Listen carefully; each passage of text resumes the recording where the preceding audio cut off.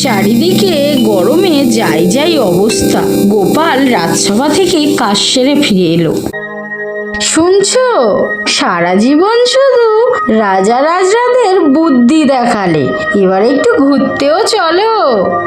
সারা জীবন কি আমি তোমার শুধু গোলামি করব নাকি?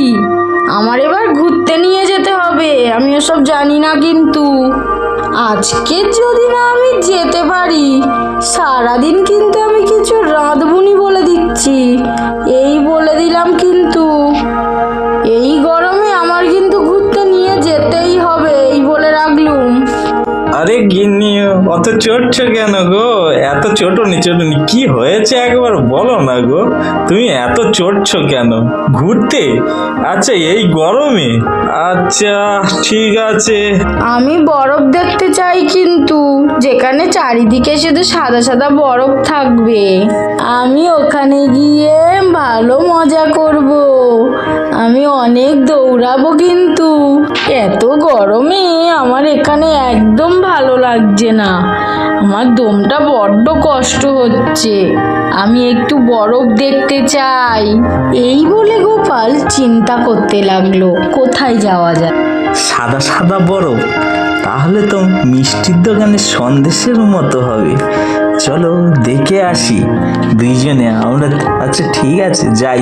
চলো চলো গুন্নি, তাড়াতাড়ি সব গুছিয়ে ফেলো। স্ত্রী বড় ব্যাগ গোছাচ্ছে, মুড়ি, নারকেল, নাড়ু, কম্বল আর মোজা। আরে ও গিন্নি, কি করছো গো? এত কিছু গোছাচ্ছ কেন? আরে এত খাবার কেন? আরে জানো না, বরফের দেশে যদি ভাত না পাই তখন কি হবে বলো? তা কি অসুবিধা কি আছে?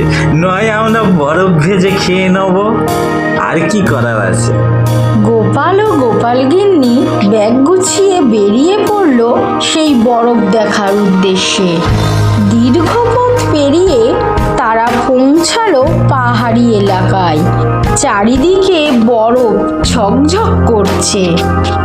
আহা, দেখো দেখো, সাদা সাদা বরফ, কত সুন্দর! আমি না কোনোদিন এরকম বরফ দেখিনি। আমার খুব মজা লাগছে, জানো তো। গোপাল ও গোপাল গিন্নি মজা করে হাঁটতে থাকলো বরফের উপর।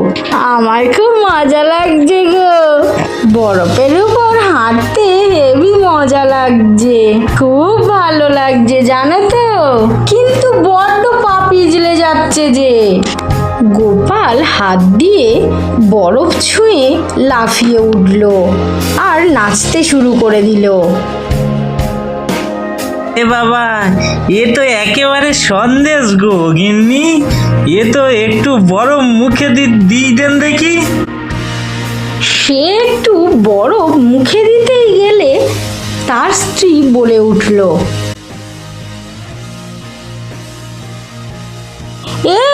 এ কি করছো?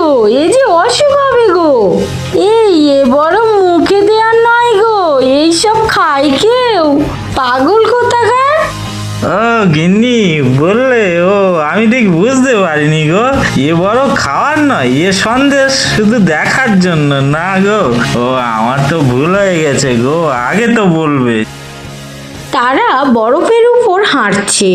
হঠাৎ গোপাল পিছলে ধাবাস করে পড়ে গেল। বাবা গো, পড়ে গেলুম গো, লেগেছে। উফ, এই মাটি এত পিচ্ছিল কেন? ও পা পিছলে পড়ে গেলুম। বুঝতে পারি না, পা হঠাৎ করে স্লিপ খেয়েছে, মাটিটা এত হড়কে গেল।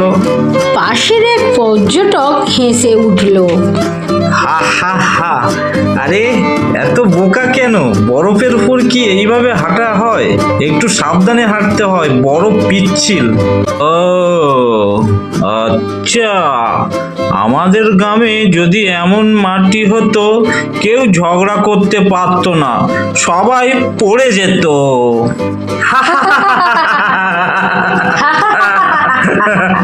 সারাদিন হাঁটতে হাঁটতে গোপাল ও গোপালের গিন্নি খুব ক্লান্ত হয়ে পড়ল।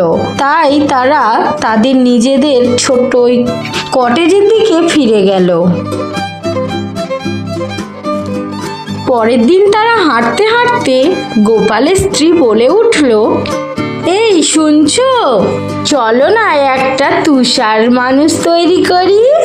গোপাল ও তার স্ত্রী তুষার বানর বানাতে শুরু করলো। গোপাল গোল গোল বরফ জড়ো করে বানালো বড় একটা মানুষ। গোপাল মজা করে বলল, গিন্নি দেখো দেন দেখি, খুব সুন্দর হয়নি? আজ এই তুষার মানবটা যেটা করেছি, দেখো এ হলো শীতের রাজা, আমাদের শীতের দেশের নতুন রাজা। সে নিজের টুপিটা তুষার মানবের মাথায় পরিয়ে দিল। এতে গোপালের স্ত্রী চটে গিয়ে বলল, তুমি নিজে ঠান্ডায় কাঁপছো, আবার টুপি খুলে দিলে? তোমার যে ঠান্ডা লেগে যাবে তো। কি বলো দেন দেখি তুমি, তোমার কি মাথায় বুদ্ধি শুদ্ধি কিছুই নেই? কিছুই আরে গিন্নি, চড়ছো কেন? অত রাগ করলে হয়? আরে তুমি জানো না, রাজাকে সম্মান দিতে হয়, সেইটুকু। কিচ্ছু হবে না গো। শেষে তারা ফিরে এলো কটেজে। সেখানে তারা আগুন জ্বালিয়ে বসেছে। সেখানে তারা আগুনের সামনে বসে নিজেদের মধ্যে কথা বলতে লাগলো। আজ খুব মজা হলো গো, তাই না? কি সুন্দর আনন্দ করলাম, আমার খুব ভালো লেগেছে। দুজনে মিলে তুষার মানবটা করে আরো ভালো মজা পেয়েছি। হ্যাঁ বুঝলাম গিন্নি, কিন্তু আমার কি মনে হচ্ছে জানো, শীত যত ঠান্ডা হবে আনন্দ গরম হতে হয়, নইলে কি মজা, তাই না? তোমার বুদ্ধি না থাকলে এ ভ্রমণ জমতো না গো। সে কথা একদিক থেকে ঠিক বলেছ গিন্নি, কিন্তু তোমার ইচ্ছে না থাকলে আমি কখনো বরফ দেখতে পেতাম না গো, সত্যি বলছি। আচ্ছা গিন্নি, বলো তো তুষার মানবটা করে আমরা কত আনন্দ লাগলো না বলো? আমার তো খুব ভারী মজা লেগেছে। আর তুষার মানবের আমি নাম দিয়েছি রাজা। রাত গভীর হয়ে এলো, কিন্তু গল্প শেষ হলো না। শেষে বাড়ি ফেরার পরে গ্রামের মোড়ল গোপালকে জিজ্ঞাসা করলো, আরে গোপাল, ও গোপাল, আরে কি দেখলে বেড়াতে গিয়ে, একটু বলো না গো। দেখলাম মোড়ল মশাই সাদা বরফ মানুষকে ঠান্ডা করে, কিন্তু হাসি মানুষকে গরম রাখে। কি ঠিক বললাম মোড়ল মশাই? হা হা হা হা হা হা।